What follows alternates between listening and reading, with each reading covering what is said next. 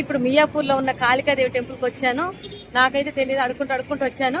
కానీ ఎలా రావాలి ఏం కథ అనేది మొత్తం నేను అడ్రస్ సహా పెడతాను. దయచేసి వీడియో మొత్తం చూస్తే మీకు లాస్ట్ లో తెలుస్తుంది. రండి వెళ్దాం అమ్మవారి టెంపుల్ కు. ఇక్కడైతే కాలు కడుక్కొని మనం అమ్మవారి దగ్గరికి అయితే వెళ్దాం రండి. అమ్మవారి దర్శనం చేసుకుందాం.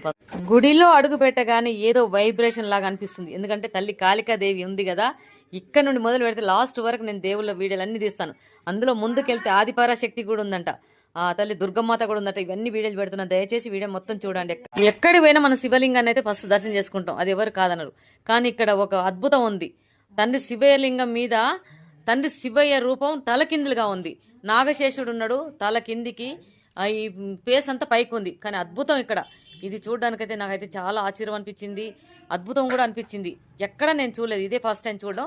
కాస్తంత లోపలికి వెళ్దాం. నందేశ్వరుడు అయితే శివయ్యకి ఎదురుకుంటాడు, దర్శనం చేసుకోండి. కాస్తంత లోపలికి వెళ్తే ఇంకా ఉన్నాయి, చూపిస్తా పదండి పోదాం ముందు. నిన్ను గుడి లోపలికి వచ్చాక కొంచెం బాధ అనిపించింది. ఎందుకంటే మేము 1 o'clock వచ్చాం కాబట్టి గుడి బంద్ అయిపోయింది. 4 o'clock తీస్తారట. అయినా సరే కూర్చొని దర్శనం చేసుకుని వెళ్దాం, మీ అందరికి దర్శనం ఇప్పిద్దామని నేను ఇక్కడ ఉన్నాను. కాకపోతే ఏంటంటే ఇక్కడ వర్కర్స్ చైర్మన్ వాళ్ళకి ఫోన్ చేస్తే వాళ్ళ వైపు నన్ను ఫాలో అయ్యి నా వీడియోలు చూస్తుందంట. మేడం వచ్చింది, ఇట్లా మీరు వీడియోలు చూస్తారు కదా రండి అమ్మా అనగానే మేడం వాళ్ళ హస్బెండ్ ఇద్దరు కలిసి వస్తున్నారు. నేనైతే వీడియోలు తీస్తున్నాను. ఎక్కడ మనకు ధర్మపూర్లో యమధర్మరాజు ఉంటాడు, కానీ ఇక్కడ కూడా యమధర్మరాజు ఉన్నాడు. ఒక్కసారి చూడండి, ఆ తండ్రి కూడా దర్శనం చేసుకుంటారు. చిత్తకుడు కూడా ఉన్నాడు అక్కడ. ఎందుకంటే మనకి ఏ కష్టాలు ఏ గండాలు రాకూడదంటే యమధర్మరాజు కూడా దండం పెట్టుకోవాలి. కాస్తంత ముందుకెళ్తే మాత్రం పంచముఖ ఆంజనేయ స్వామి దర్శనం చేసుకోండి. ఆ తండ్రి కూడా దర్శనమిస్తున్నారు. చూశారు కదా కాళికాదేవి ముంగట ఎంత అద్భుతమైన దేవుళ్ళు ఉన్నారో ఒక్కసారి చూపిస్తాను. ఒక్కసారి చూసినా చాలు జన్మ ధన్యమైనట్టే. కాస్తంత ముందుకెళ్దాం.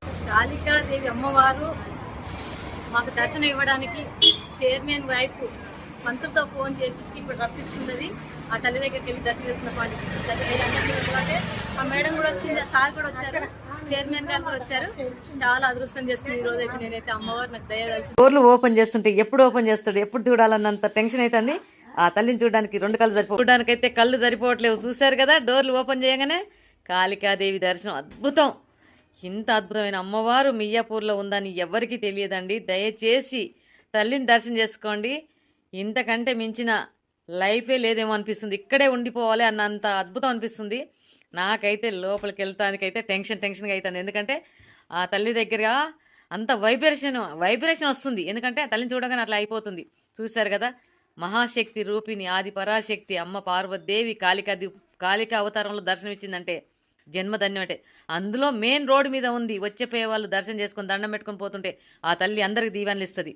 ఈ అద్భుతం చూడాలంటే అక్కడికి వెళ్ళే చూడాలి, మనం ఇక్కడ కాదు అక్కడికి వెళ్ళి చూడండి. దయచేసి ఆ తల్లిని దర్శనం చేసుకోండి. అన్ని కాల భైరవుడు వశిష్ఠ భైరవుడు ఆ తండ్రి ముంగట చూడండి ఇలా.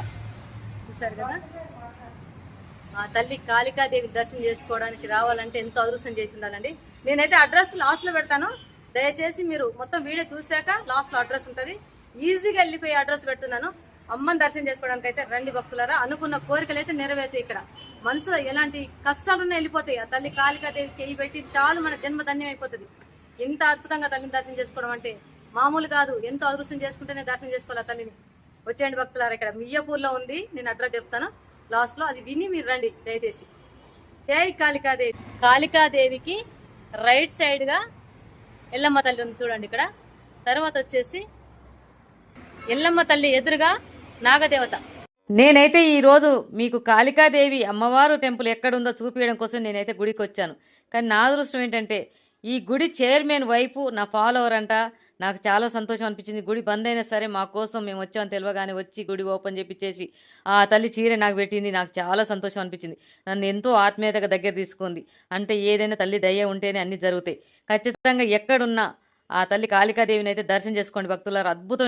ఇంకా అమ్మవారి దర్శనం అయ్యాక మనసులో ఏదైనా కోరుకుంటే మాత్రం పీసు దేని కొబ్బరికాయ తీసుకొని ఒక ఎర్రబట్ట తెచ్చేసి యాప్ షర్ట్ కట్టుకొని ఆ కోరిక నెరవేరినాక మళ్ళీ వచ్చి అమ్మ దగ్గర ఏం మొక్కున్నారో అది కోరిక నెరవేరిస్తే చాలు. ఇక్కడ బోర్డు మీద అన్ని ఉంటాయి, చదువుకోండి. ఈ టెంపుల్ వచ్చేసి మియాపూర్లో బస్ స్టాండ్ పక్కకే పెట్రోల్ బంక్ ఉంటుంది. పెట్రోల్ బంక్కే అమ్మవారి టెంపుల్ కాస్త. ఈ బోర్డు మీద టైమింగ్ ఉందండి, ఆ టైమింగ్ చూసుకునే రండి ఇక్కడికి దయచేసి. ఎందుకంటే మనం గుడి బంద్ అయినాక వచ్చి బాధపడొద్దు. అమ్మవారిని దర్శనం అయితే మీరు అందరు చేసుకున్నారు. నేను కూడా దర్శనం చేసుకుని బయటకు వచ్చాను. ఈ గుడి చైర్మన్ వాళ్ళ వైఫ్ నా ఫాలోవర్ అంట, నా వీడియోలు చూస్తుందంట. నాకు ఆమె ఫోన్లోనే చూపించింది, నేను చూస్తున్నాను. నాకు ఆ గుడికి తీసుకెళ్లి పూజ చేయించి అమ్మవారి చీర పెట్టి నాకు నిమ్మకాయలు ఇచ్చి నన్ను ఎంతో ఆత్మీయతగా దగ్గర తీసుకుంది. నాకు చాలా సంతోషం అనిపించింది.